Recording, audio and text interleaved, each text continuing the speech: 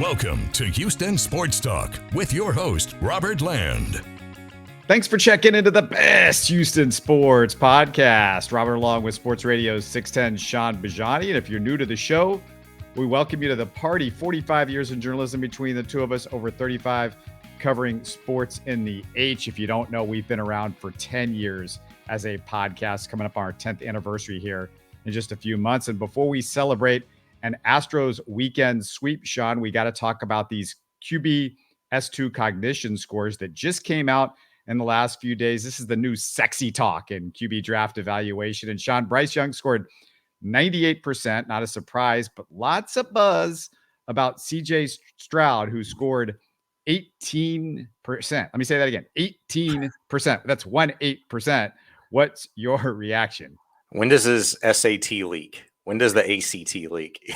We need more context here because there's so little we know about the S2 cognition scores. You remember how long it took for us to kind of get a grasp and put whatever stock into the old school Wonderlic score.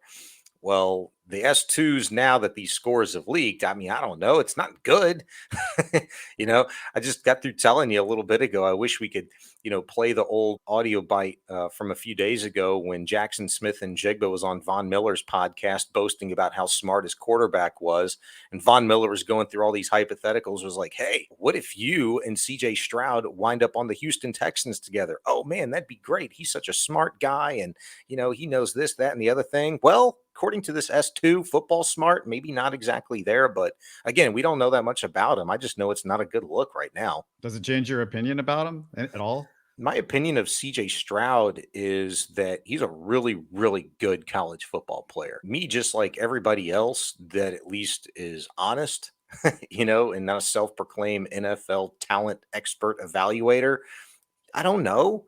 I mean, it's even the smartest guys on TV or radio or these writers will tell you like, hey, it's a crapshoot. And those are the ones that I respect. And from a football sense, like without any projection, all that stuff, like I just see a dude that really loves the game of football, that really likes to compete, and knowing just some of the backstory, like how far he's come in terms of his football stock, where he wasn't a very highly touted recruit and he just kind of slowly developed into the player that he was. And look, when he had the opportunity, he played one of his best games on the biggest stages. Outside of that, it was like, okay, the only argument you could really make against the guy at the point in time was, well, that's really uncharacteristic. That's not the kind of player he is. Well, it's the kind of player that he needed to be in that game, and it worked really well against one of the toughest defenses in the entire country in Georgia. So I look at that and I like it. Is it a perfect situation for him to come to Houston, Texas as a number 2 overall pick and the second best or the second quarterback taken? You know what? You could do a hell of a lot worse. I'd almost say at this point in time, I feel so good about the coaching staff assembled here in Houston so far without them having done anything. I'd be hard pressed to say that it wouldn't be a great situation for anybody to come into. So, hey, if that's what the Texans do, I love it. I would respect the pick. If that's not what they do, I'd almost respect the Texans a little bit more just from what we think we know, just so long it doesn't come out that, they take like Will Levis or something like that at number 2, where I don't think it would be warranted, but we'll see. Yeah, loving football, wanting to compete, all that stuff. Who cares? I feel like all these guys are that. You don't hear anybody going, well, we don't know if this guy loves football. These quarterbacks tend to, if you've been competing on a high level in college football, I think you kind of love this stuff. Oh, I don't know. I mean, you know what I mean when I say that. I mean, let's not pretend that Kyler Murray didn't have a clause in his contract and was one of the only ones that at least was made public that we heard about that had to have a study clause put in there and taken out because it leaked. But there's a difference between loving it and working hard, though. Well, if you're working hard, you're loving your craft. I mean, this is literally all you get paid to do. So, not to mince words or, get into semantics, but that's exactly what I mean is if you love it, you're working hard at it. You're working to be the very best. Yeah. And I haven't heard anything about any of these guys. I mean, we're talking about, do you want to take any of these guys? And, we've heard All of them have a great story. All of them Sure. tell you how great they want to be. They want to be the best ever. I mean, this is a consistent fact. And, what you Sure. It's have to deal with whether you believe a them or you presidential don't believe them. election. We hear this is what I want to do. We're going to build this wall, or we're going to make this stronger. We're going to make this better. No more taxes, whatever. I'm going to be a really good quarterback. I'm a great leader. I know. Yeah, sure. So we'll see. That's why I say from There's that money. regard, There's money on the line here. They're going to tell you what you want to hear. The sure. other S2 scores that matter. Will Levis scored 93%, and I feel like that's where it gets real interesting because everybody's here's CJ Stroud that the Texans aren't that interested in, and here's Will Levis that the Texans maybe are interested in. We don't know, but it's 18% compared to 93%. Anthony Richardson, not shabby, 79%. Hendon Hooker, not really all that good, 46%. We know Hendon Hooker's offense was very much a color by numbers system as opposed to Will Levis's, which is a pro style offense. So that's where you sort of have to parse this stuff, Shaun, and try to figure it all out. Props to Will Levis. It's a good look for him. He's another one of those guys like Anthony Richardson, who I believe scored a 76 on the test, whose stock has risen. Really ever since the combine, since their pro days. It's been a really good stretch of the last 2 months for those two individuals. Bryce, hasn't really swung too much. He's kind of been right there, number one, and kind of come down to, a team's preference. But with a guy like Will Levis, I'm going to go like Steven Smith right here. I don't know if I like a guy that eats his bananas with the peel on and eats it backwards. I don't know if I like a guy who puts mayonnaise in his coffee. That just doesn't speak to me as a leader of a football team. I feel like that's what he would kind of say. Hey, I liked Will Levis, from a football sense, what I saw at the combine. Another guy kind of like Anthony Richardson, who I saw just kind of go out there and let it hang out. Like, hey, here, this is what I can do. I'm going to show out a little bit, take it or leave it. Here it is. And I pointed to more. Maybe that's exactly why Bryce Young didn't want to do, everything at the combine, because he knew where he stood. He knew there wasn't much, or if anything at all, to gain, that he was the consensus number one, and that everybody else stock was going to do this. For a couple of guys, Anthony Richardson, Will Levis, two stud athletes, with the bodies, the arm strength, they were going to have their opportunity to show out, show what they could do with their footwork and the whole thing. And it worked out great for them. And it made this a real conversation, at least inside of the top few picks, in terms of where these quarterbacks are going to go. For Bryce, I think he always knew. If it's going to be the Texans, if it's going to be the Panthers, whoever else, whoever moved up to that number one spot with the Bears, that's going to be me. Right now, that's really what I believe. I was watching this fascinating YouTube breakdown of Anthony Richardson from The Ringer's Ben Solak, who is a former guest on our show, by the way. And I'd recommend it, Sean, because Solak really explains what Richardson's strengths are and why there's upside for his ability to process reads and go through progression. Solak says Florida emphasized him passing down the field instead of the short passing game. And if you're throwing downfield, you're not going to be as accurate, which explained his completion percentage. And Shaun, you wonder if he had more than 13 games and worked in a different offense. And I want to stress that if he worked in a different offense that wasn't trying to maybe go downfield, and you would be talking about the fears about his inaccuracy there. Yeah, I mean, it makes sense. It makes sense. Sometimes I feel like we get, and I know the point you're making, but I'll just say this. Sometimes I feel like we concentrate a little bit too much on what they were doing in college and the projections. And these are quarterbacks. Hypothetically, they've been in, a multitude of different systems to this point in their life. Whether it be middle school, high school, they've been to a college or two different systems, or even stayed at the same one, maybe had a couple of different offensive coordinators, whatever the case might have been. Or maybe, hey, the coordinator stays the same, but he wants to change, his game plan or the scheme a little bit. I don't know. Like, if you're a dude and you're smart, and they've clearly all got some very special athletic ability because they were at some really good programs, and we're talking about them as being, top 10 picks. They're dudes. So if you go to this system, that system, whatever, we're going to put all of this confidence and talk these guys up, like even a Bobby Slowick. Let's just take, for example, like he's an NFL offensive coordinator. He's never called a play before in his life as an OC in the NFL, but he's going to have the opportunity now. Gerard Johnson's going to be the quarterback coach for the Texans. He's going to have one of these 4 or 5 guys, whoever it is, Hendon Hooker, Levis Richardson, whoever it is, Stroud to pick from and coach. If they're worth their salt, they're coaching them up. They're taking what they do really well and applying it to the system that they've brought in. And they're going to make that work. They're not going to mold these guys to their system 100%. There's a little give and take. It's just trying to figure out what they do really well. It's no different than teaching. That is the art of teaching. I get, hold on. I get what you're talking about here. I get, okay. Like if you get a great coach, you can make these guys, you know what we find out a lot of times in the NFL, guys either get it or they don't get it. And you're telling me that, you know, the genius of Bill Belichick, he's a genius. Look what he did with Tom Brady. And then look what Tom Brady did another place with other guys. And then look what Bill Belichick has done with the quarterbacks that he's had the last few years. It's not the same. The guys have to have talent. You know, they have to have the brain. I didn't say they didn't.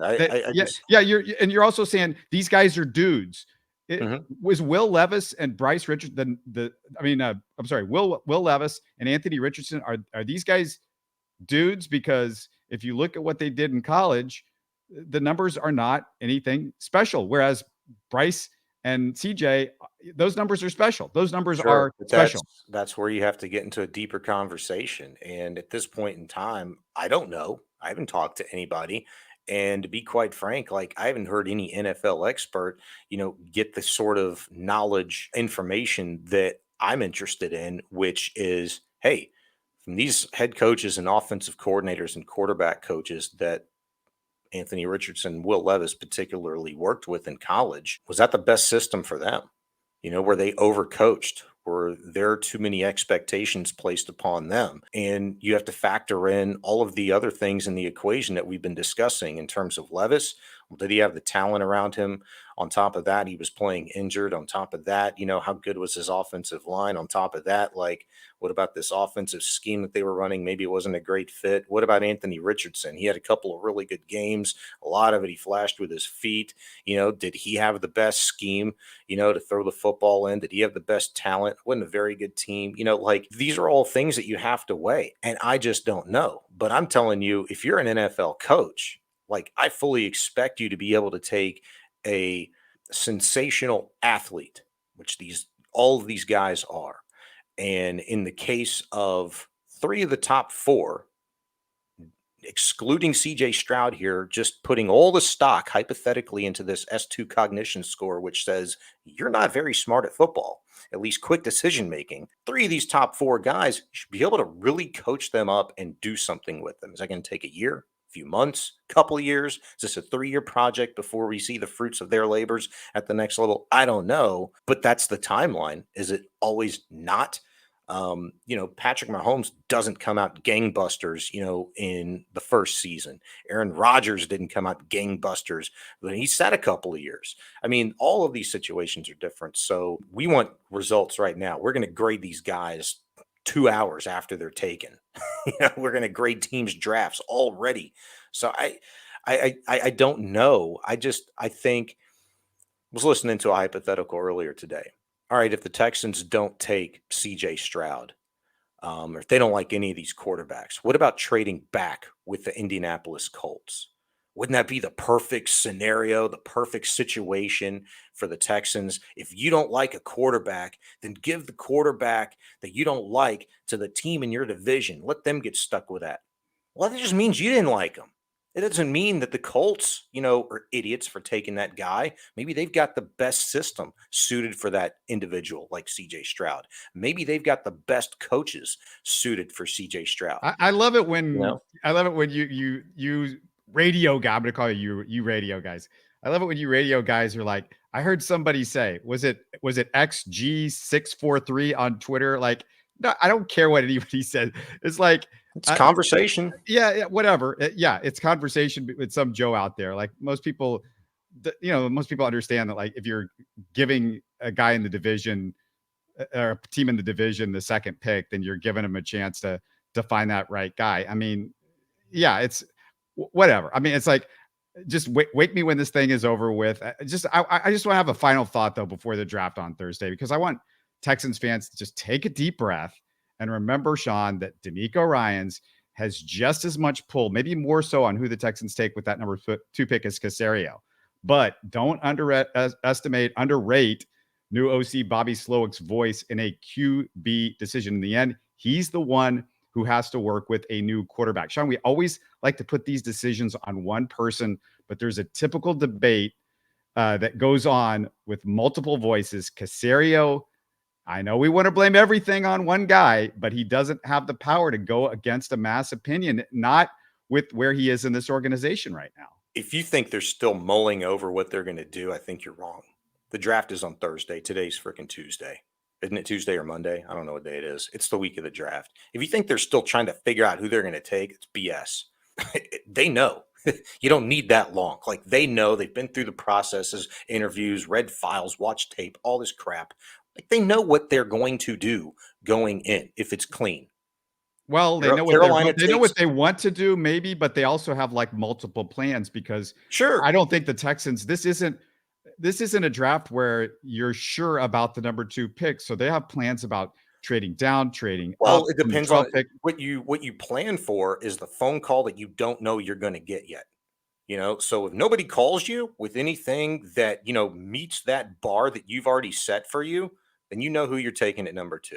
Is that guy Will Anderson? Is that guy Tyree Wilson? Is that guy CJ Stroud? Is that guy Will Levis? I don't know. I'd presume it's one of those 4. My point, though, is just like, everybody wants to, I don't trust Caserio. Like, what is he going to do? Look at this. He's big on Levis. If he's big on Levis and they want to draft Levis, I guarantee you that DeMeco has to sign off on that decision. Sure. Guarantee. Yeah. I mean, I don't think there's anything to really say to that. I mean, you're getting a credible head coach in here. And I say that I know the guy's never coached as an NFL head coach a game before in his life, but this is the most credible guy that you brought in since the early days of Bill O'Brien. People were seemingly excited about that. So sure, they're going to be on the same page going into the draft. I don't think there's any question about that. Now, here's an interesting question. Do you think that you would be comfortable if, as an organization, with DeMeco and Nick on the same page, with Cal and Hannah and the whole bit, this organization's on the same page? Would you agree with that? They've put a higher value on a defensive player versus any specific quarterback in this draft? Even, let's just say, if Bryce is not taken number 1, if the Texans stand pat, make that number 2 pick, and they go Will Anderson or Tyree Wilson, are you comfortable with this organization believing more in a defensive player than any specific quarterback in this class? It's a bunch of decisions, Sean. Are they going to trade up from 12 and maybe get a quarterback a few picks later? Are they going to are they going to trade for a quarterback after the draft? Who are they going to trade for? Would they trade for Lamar? Would you trade for raw emotion? That raw emotion. Once number 2 is done, I don't want to go into the next season with Davis Mills or Case Keenum. Let me put it that way. Yeah, I just don't feel comfortable. Who does? That's a giant popcorn fart. I mean, you didn't bring DeMeco Ryans in here as a head coach after the garbage 3 years that you've been through to ride with Case Keenum or Davis Mills. I have a $100 bet going with my father-in-law. For some reason, maybe he's just trying to help me out. I don't know. But I think he firmly believes this, because for the 10, 11 years that Case has been in the NFL, I've had to hear this Case truther stuff. And I love Case. Covered him for a few years at U of H. That was my first gig. But I have a $100 bet with my father-in-law who thinks Case Keenum is going to start week 1 for the Houston Texans. And I can't say it more. I've blue in the face talking to this guy. DeMeco Ryans was not brought in to be the head coach for Case Keenum or Davis Mills to quarterback this team. They're going to get a quarterback, and they are going to start week 1. Period. It's going to happen. Is there any way we can move this up a week or two? I'm talking about the NFL draft. Should it be the weekend after the Masters? Why do I have to talk at this? Isn't everybody sick to death of talking about it? No, I think people get burnt out at about this point in the process. And the other part about Perfect timing. that is, why can't we get these guys drafted quicker so we can start the process of it? If you get them in a couple weeks quicker, it's a couple more weeks that you maybe get a chance to work with them and get them prepared to play No, in the organization. I just hate the fact that this thing gets dragged out when there's literally no need for this thing to get dragged out. I guess it takes up space. The NFL think it takes up space on television and conversation, but I just feel like people they start to tune out at about this point in the process, because it's like everybody's made up their mind. I mean, this goes back to to the combine. Everybody's sick of it. I mean, Aaron Rodgers is now the news this week because he just got traded to the Jets. Well, that to me is going to be way more interesting this week than anything on the NFL draft. Wouldn't you say? I don't know. I mean, if there was one thing you knew, it's that Aaron Rodgers was going to get traded to the Jets. He wasn't going back to the Packers. You just didn't know what he was going to get traded for. Like, that was like, all right, hurry up and get this done. What you don't know is really, gun to your head, what's going to happen the night of the draft. Maybe beyond one. That's like the one, if you want to call it a lock, call it a lock. Bryce to Carolina. Outside of that, you have no freaking clue what's going to happen. Texans really, they're on the clock. On some level, the Texans have been on the clock longer than anybody else, whether it's been one or two. That's it. As soon as Carolina traded up to number one with the Bears, you kind of knew. And we'll see if we're all right. But I mean, I think as long as this plays out every year in a draft like this, where it becomes intriguing in the sense that, there's not a really clear cut guy or guys that you can predict that are going to go 1, 2, 3, boom, boom, boom. You get the conversations, the hypotheticals. I love it. I love talking about this stuff. I mean, it drives me crazy at times. You want to know. It's fun for like the first month after the season, or the first 2 months after the season, or maybe it's fun the first week or two after the combine. But I guess I'm the weirdo. I'm like, I am so tired of it. It's like one of those things that's been in the news cycle too long. One of the news networks just goes, yeah, we've talked about this for the last 5 days. Let's find the next news thing in the news cycle, because we're bored, and the people out there are bored with this. I mean, yeah, there's weird NFL heads like you that love this and want to talk about it every single day. Shaun Bijani could talk about this like 24/7. Like you're probably having conversations with your 3-year-old about it. You're talking, you're calling up your wife's friends right now and like, hey, you want to talk draft? And I'm just like, man, can we just get it over with? I want to see who the Texans have. I want to figure out what they're going to do next year.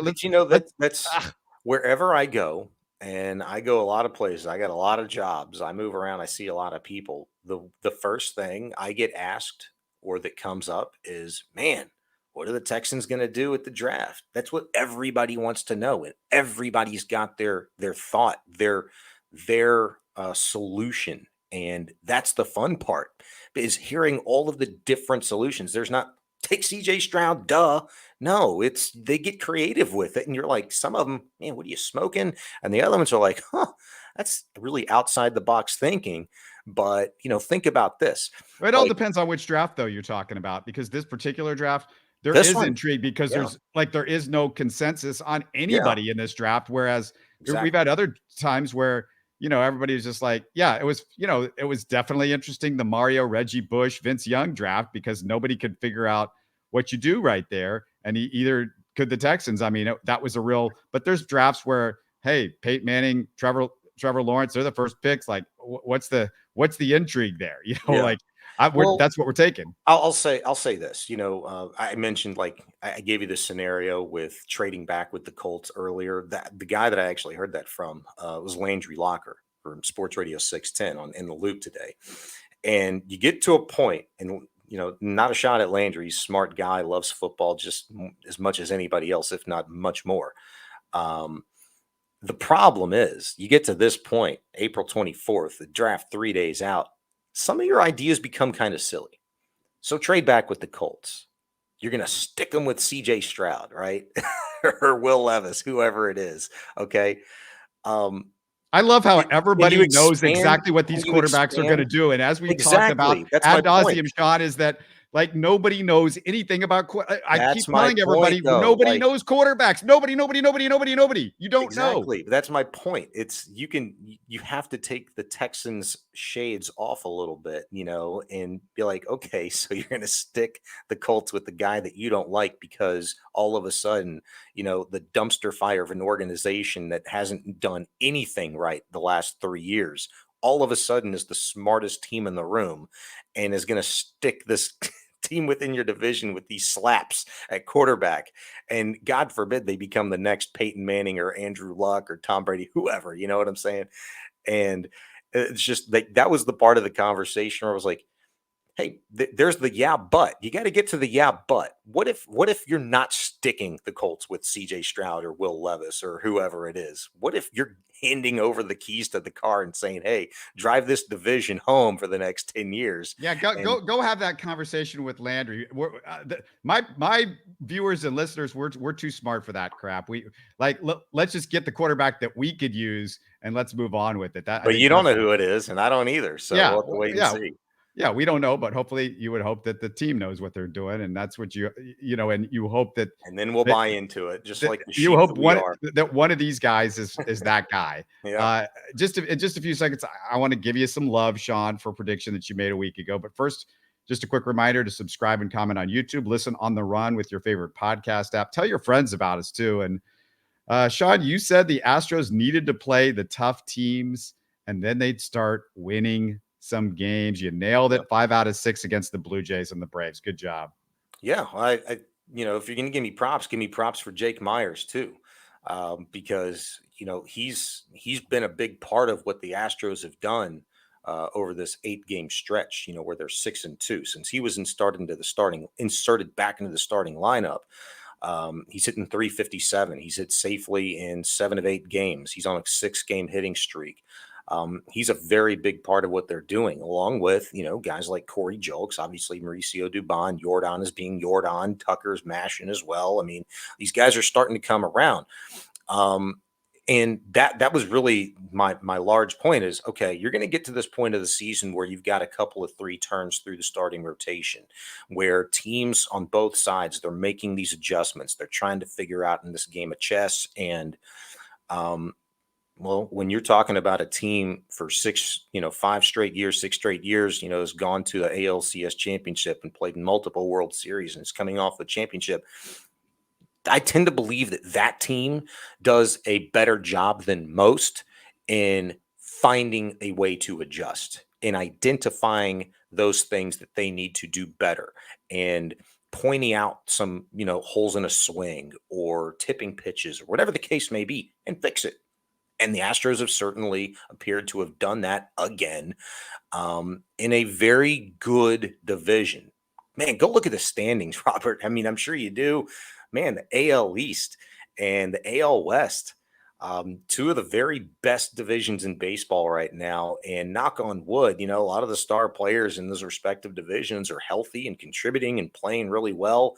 I'm looking forward to this season because told you for a long time, I want to see a battle. And I think, again, we're going to see just how creative, how aggressive, demanding Dana Brown, the Astros general manager, is going to have to be ahead of the trade deadline to kind of keep pace with these other ball clubs that, went out and spit gobs of money and got some really great talent in there to compete for exactly, that World Series title that the Astros currently own.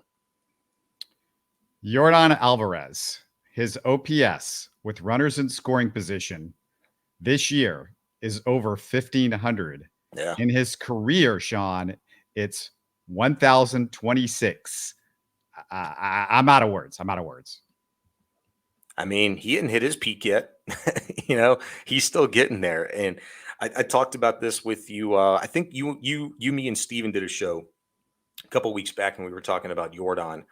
And he was like maybe a day or 2 removed from hitting his 100th career home run. And I said, man, from a historical perspective, what are we looking at here? How fun is this going to be? He's the 4th fastest player to 100 career home runs. What are we going to be talking about in the next 3 years, 4 years, 5 years, 7 years down the road with this guy? And just like you have no idea who the Texans are going to take or what anybody's going to do in a draft. We have no idea what we're going to see with this guy if he's able to stay healthy, man. He's special. I was listening to somebody talk on the radio earlier today, and I heard Pete Rose, Rod Carew, and Ted Williams.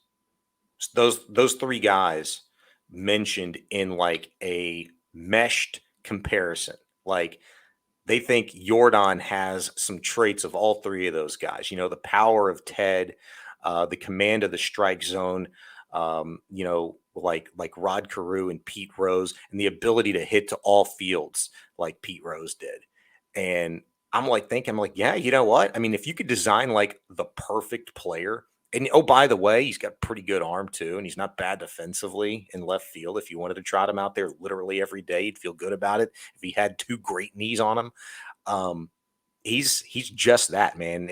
I don't need him to be the perfect left fielder, but he's just about as perfect of a hitter as you can get when he's on. We said this last year. I think you were in agreement with me. Had Yordan, when he was really mashing, man, just towards the tail end of the regular season, and obviously he did what he did in the postseason, but he reached Barry Bonds' level of fear for me. Like, I think pitchers looked at him. Now, they weren't intentionally walking. I mean, it wasn't happening, and it's never going to happen again, I don't think, in the history of the game, walk with the regularity that Bonds did, but where he's walking with bases loaded and stuff like that. That'll never happen. But I think in terms of like, how the hell am I going to pitch to this guy? Where am I going to put this ball that he can't mash it? I think he'd reach that level. And when he's hot, he is at that level. He's just that good, that special. Yeah, you made it, or whoever you were listening to made it way more complicated with this Rod Carew, part Pete Rose, blah, blah, blah. I said it a couple of years ago. The guy that he reminds me of, it's very simple. He is a left-handed Albert Pujols. And I don't know if he can really get that much better because he looks like Pujols in that he came into Major League Baseball, and we don't see this very often with guys. He came in, it seems like fully formed. He had the strike zone. He knew how to go to all fields. He had the power. He was already hitting for average. Mm-hmm. He is Albert Pujols in so many ways. And I got a chance to see Pujols back in AAA when the guy was coming up. I covered him with the Memphis Redbirds some 23 years ago, and watched that guy start to develop. And unfortunately, we got him for all of a month or two out in AAA, and then boom, he went up to the major leagues, and it was unbelievable. And he looked like Albert Pujols when he was in AAA at age 20. He looked like that guy. He had the shoulders, he had the forearms, he had the strength. He was just that guy, and that's basically who Yordan Alvarez. And the only question to me between Yordan Alvarez and Albert Pujols is, can he stay healthy long enough to put together some sort of career as Pujols? And hopefully he doesn't have the drop off in his last decade the way Pujols did, but he might not have it in Houston. So who knows if that matters at all to us, but I hope he can maybe have it together for a lot longer time span than Pujols. And hopefully he doesn't get signed away to a team within your division either. Well, yeah, like the Angels or something. But Pujols is an interesting comparison. I from a professional hitter in just his style and the fear, yes, I think it's spot on. For another reason too, I hated, despised Albert Pujols' smirk at the plate. I just, if there was ever a guy that had the most punchable face in the history of sport, it was Albert Pujols. I just wanted to take a metal chair to his face. I couldn't stand the guy. Wipe the smirk off your face. Just leave me alone, because he killed us and he was a thorn in the Astros side. But Yordan Alvarez doesn't have the smirk, but he's got the same, manner. He has a mannerism when he's at the plate. Do you ever notice he does the little right hip twitch? It's almost like Matt Wolff, the professional golfer, who has a little funky hip twitch before he swings, and it's totally unorthodox, but it works for him. And the guy mashes the ball. Nobody hits the ball farther than him, on the tour when he's on. And Yordan's got that little right hip twitch, and when he does it, you just feel like something special is going to happen. The guy's going to hit one 440 to dead center. And whenever Pujols stepped in the box, he had that stupid little smirk on his face, and you hated him, but you knew he was going to do something special, especially if it was in a big moment. And more times than not, against the Astros, at least, it seemed like he did. But again, yeah, you're right. If you want to compare him to Pujols or even a Big Papi, somebody like that, just that level of fear with the feeling of something great going to happen, you have it with Yordan, and it will if he's healthy. For the most part, the better part of his career going forward. And it's going to be a long one, I hope. Yeah, the smirk. I don't. I think you're just inventing that in your head No, because I'm not. Everybody, no, he absolutely would kill not. the People Astros. hated And Pujols. no. If you want to talk about smirks, let's talk Joe Kelly. That's He's not even on that level. He's a little pipsqueak who had well, like that he's not on one that moment in level, the but sun. he's got a much more hateable smirk. Joe Kelly does, and the Astros, they've got their own smirks, and it's not Yordan Alvarez, it's Alex Bregman. I mean, if you were an opponent of Alex Bregman, trust me, his smirk would get on your last nerves, and Bregman's cockiness, Oh yeah, all that would definitely get on your nerves. Yeah, Bregman is the guy that you're glad is on your team. Like Golden State Warrior fans probably used to talk about that. They probably still do. Like they would hate Draymond Green if he was on somebody else's team, but because he's on the Warriors, like you absolutely love the guy, but he annoys you a little bit.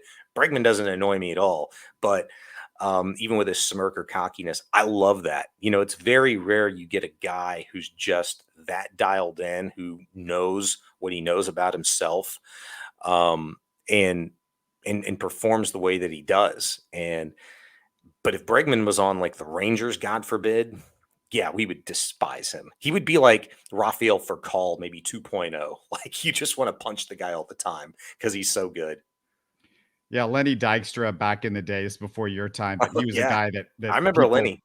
yeah, people didn't like Lenny's smirk and cockiness and all that, and that's a lot. There's a lot of Bregman and Lenny. Bregman's a much, I think, nicer guy overall. Like he doesn't have all this stuff in his closet, and he's a little bit more, Right. I think, smoothed out than Lenny Dykstra was. Lenny Oh Dykstra yeah. has got a lot of issues and all that, but yeah, definitely that's the guy that I think of when with Berkman and the sort of smirk and the cockiness and all that kind of thing. Also, got to mention before we close things out, Nick Nurse is, now going to interview with the Rockets, another head coaching candidate. It's somebody that we anticipated was going to interview with the Rockets, that he was going to leave Toronto. It's now a done deal. Mhm. So the Rockets are going to interview yet another former championship coach. That is with Vogel championship, another championship coach. You got Udoka finals. Like Nick Nurse, the Rockets fans are big into Nick Nurse, and I feel like he's got like this edge amongst Rockets fans because he was in the Rockets organization, or at least, with the Rio Grande Valley Vipers back in the day. So for some reason, they always feel like he's our guy. But if you're asking me, all things being equal, take away Udoka's baggage of whatever happened, in the organization beyond basketball. Udoka to me is like, he's such a clear alpha dog. He comes in with all the stuff that you need. Nick Nurse, I'm like, I don't know. He won a championship in a year where everybody was hurt for Golden State at the end. And I know it takes some luck, but Durant goes down that year. They lose Klay Thompson. I mean, they were not the Golden State that we got used to by the time they got to the finals. And he did it with Kawhi Leonard, one of the best players in basketball. You have to have one of those guys. Did a really good job during that championship run, but I'm like, I'm not brimming with confidence that Nick Nurse is definitely the guy. Whereas if it's Udoka and even Vogel, I've just got more of a confidence of what Udoka just did last year with the Celtics, which I thought was incredible. What he got those guys doing, and the way he got that ship back going again a month or two into the season was amazing. And Vogel's got just to me, a lot longer track record with now two different teams that he took to a championship, and the other one he took to a conference fight. I just like Vogel's track record a little bit more, and I like exactly what Udoka did last year. And there's just, it's something else, Sean, and I can't put my finger on it with Udoka, but he's got a Q factor that Nick Nurse, like, I don't know how many people know if Nick Nurse walked up to Rockets fans on the street, how many of them do you think would even know who Nick Nurse is? Like, I don't know how many people would know, Udoka either. I mean, outside of the obvious. I mean, Q Factor, that maybe Udoka, though, I'm telling you, he looks like somebody. And why would his Q Factor be so high, Robert? When did people know Udoka's name? It's for that scandal that obviously cost him well, this he was season. in the finals though last year. I mean, Yeah, that's one way that you would know him. But I'm just saying, there's people that you look at and you go, that guy's got a presence, and I'm going to remember that face. And maybe you don't remember him, but I think if you ask a lot of NBA fans, if Udoka walked up to him in the street today, I think they would be much more likely to know who that guy is than Nick Nurse or even Frank Vogel for that matter. But especially Nick Nurse. I don't think he's somebody that everybody goes, oh, I know who that is. And it's just, you watch the guy on the sideline and Udoka just, there's a presence there. There's a presence. And no, it's not always something that you can put your finger on what that is. But for me, that's what he has. So that's why, like, all things being equal, I'm a Udoka guy. But again, like we said in the last show, this is about the fact that the Rockets, unlike the Detroit Pistons, who are looking at everybody's assistant, the Rockets are looking at guys that have been there, done that. I mean, it's sure. impressive. It is. I mean, even didn't Scott Brooks coach Oklahoma City to an NBA Finals, right? Yes, He went yes. there with Harden, Westbrook, and Durant.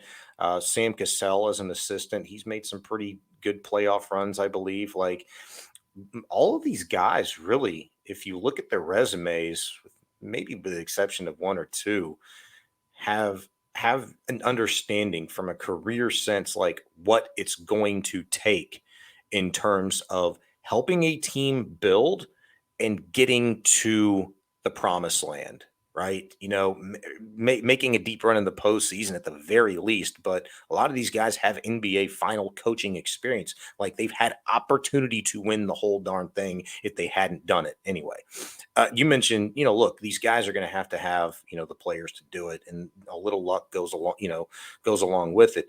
The year that Nick Nurse and the Raptors won the finals, wasn't that the year where Kawhi Leonard had the doink, doink, doink, doink, doink, that shot, like the 4 or 5 bouncer on the rim? Yeah, I think that was the case. And That was a little luck too. You know what I'm saying? But yeah, and don't forget with both Vogel and Udoka, with both of those guys that who've both been there as well and done all that. You just can't forget the fact that their players Mhm. keep coming out and saying great things. Like Sure. Udoka left in ignominy, I guess, in Boston, but from the organization, but the players, Jaylen Brown and other players on that team, they just rave about him. Frank Vogel, his players still talk about him. They rave about him. Paul George will say good stuff about him. Anthony Davis will say, so I want to hear what Nick Nurse's guys say about him. I want to hear more of that. And I would get some more confidence in Nick Nurse. Like, because when he left the organization, he sort of said, he didn't like this particular group of players. He more or less said, and it was something that he didn't say publicly, but his general manager said that he said after they had a little going away talk. And to me, that wasn't a good look. And it's not his fault because maybe that shouldn't have got out publicly. But Nick Nurse, I want to hear what his players have to say about him. I mean, that's that's a fair, big deal. but it wouldn't at all shock me because you never know about the relationship between head coach and GM. Like you saw the one here in Houston, and Rafael Stone, uh, you know, the way he handled that press conference, hours after the news came out of Steven Silas, not returning for the Rockets, which was no surprise, but one thing stands out. Like, do you remember the part of the interview that he'd said, well, whatever coach comes in here, unlike Steven, is going to know exactly what they're stepping into. Right.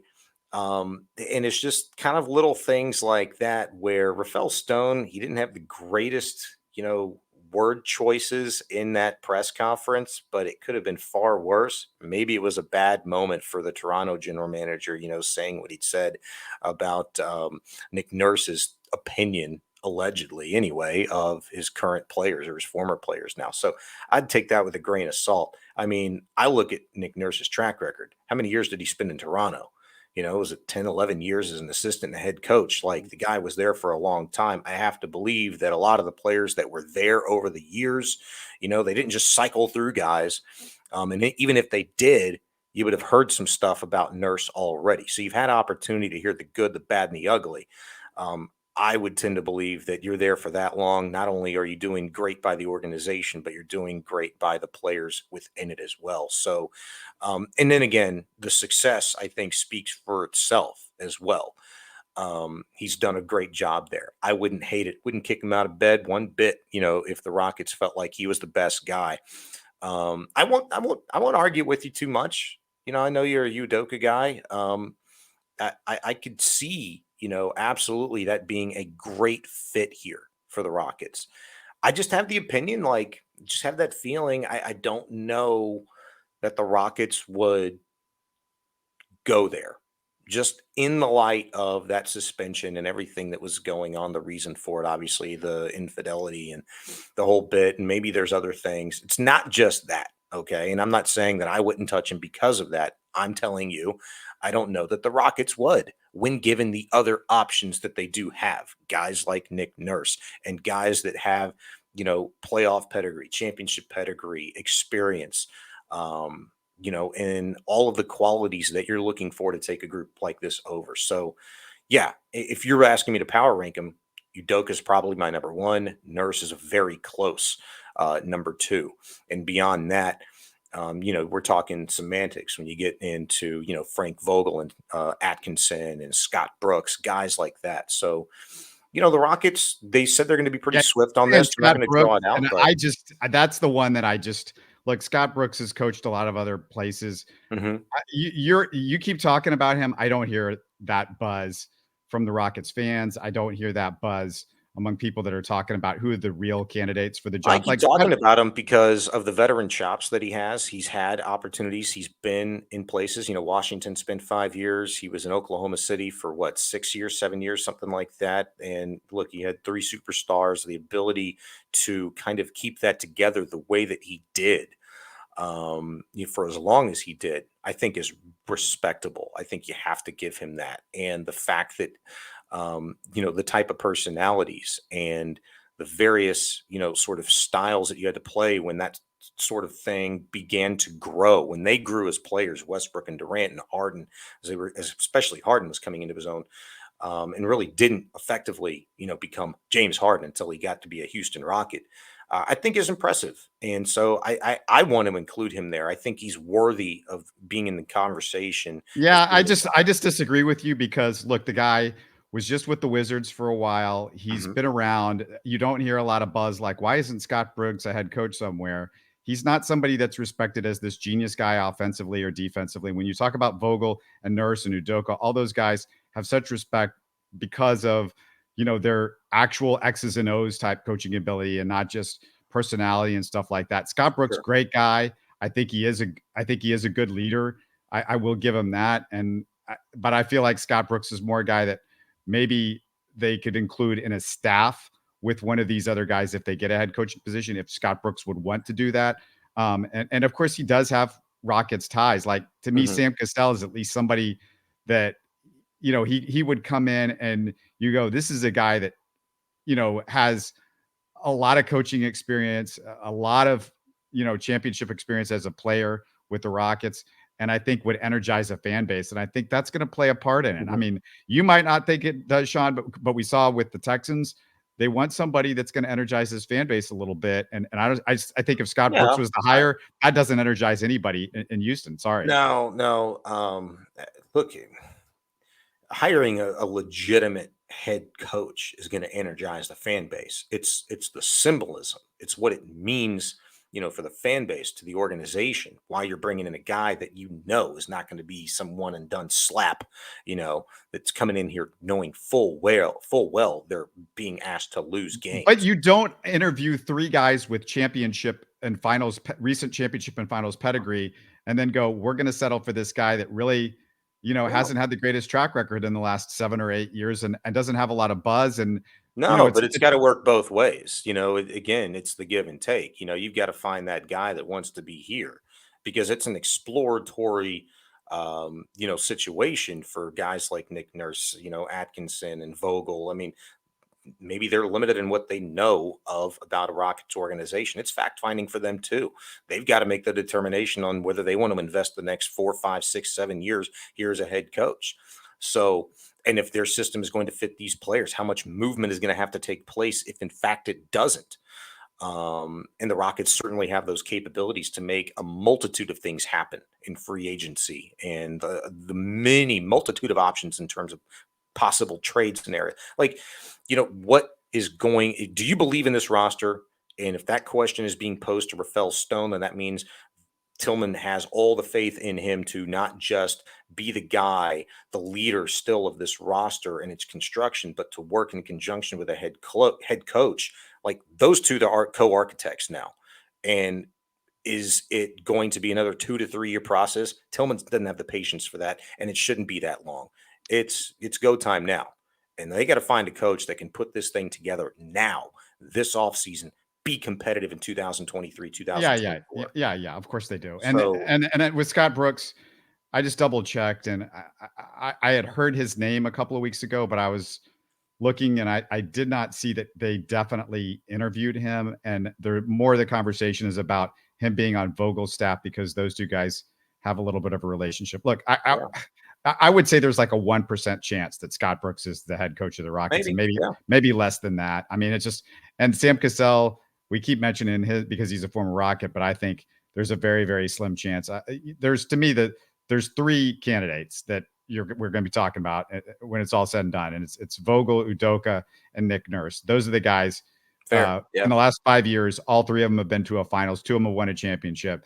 If you got those guys that are interested in your job and interested enough to interview, then you need to hire one of those guys, period. I mean, this organization needs somebody that immediately brings some respect and, some potential as a championship or finals type coach to the party. And those guys, not only do they bring it, but it's recently, like we're talking Scott Brooks.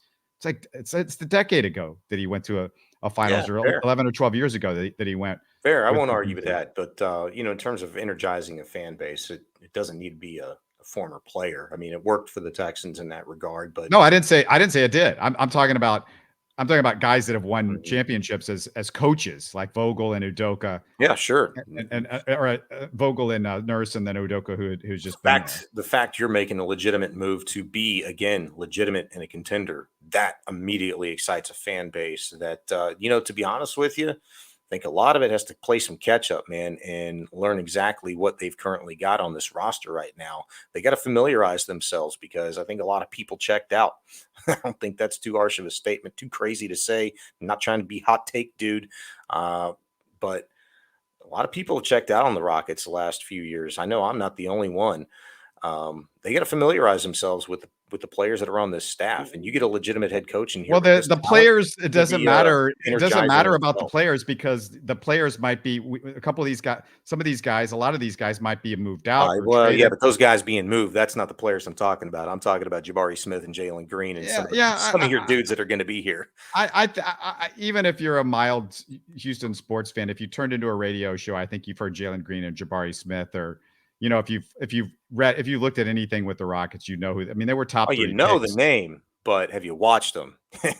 No, I don't think a lot of people have watched the crap that they've been trotting out the last 3 years. Yeah, that could be the case.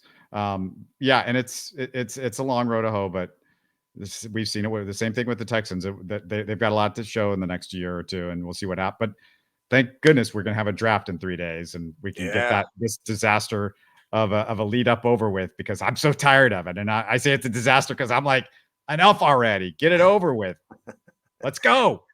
Hey, we'll find out, man, and we'll have the post-mortem, before you know it. I'm looking forward to it. I couldn't tell you, if you had a gun to my head, you might as well pull the dang trigger, because I don't know that I could tell you what they're going to do at 2 or 12, or if it stays at 2 or 12. If I'm a betting man, one of those picks is being traded, if not both of them.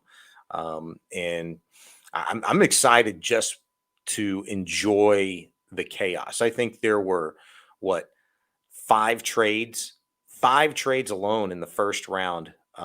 Six. I think there were 6 trades in the first round last year, and people have put scenarios together where they could legitimately anticipate seeing 4 or 5 scenarios inside the top 10 in which picks are moved this season. So I'm excited to see the chaos unfold. Yeah, I can't. I don't even feel like making a bet on who they pick. I Don't make a bet. You're going to lose your money, my man, because now Will Levis is the favorite to go number 2.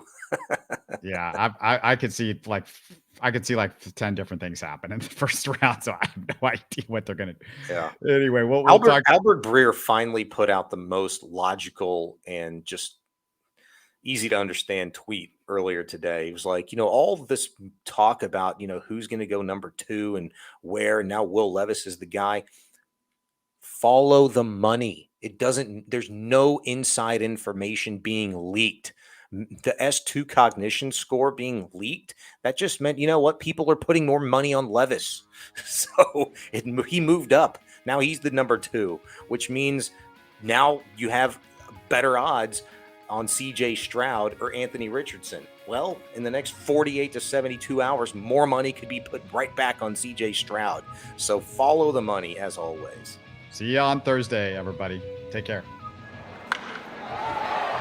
You're listening to Houston Sports Talk. Hey, don't forget to support us by subscribing and commenting on YouTube. You can always listen to us on Spotify, Apple, or your favorite podcast app. Tell your friends about us and share our show links on social media. Spread the word, everybody. Thanks for listening.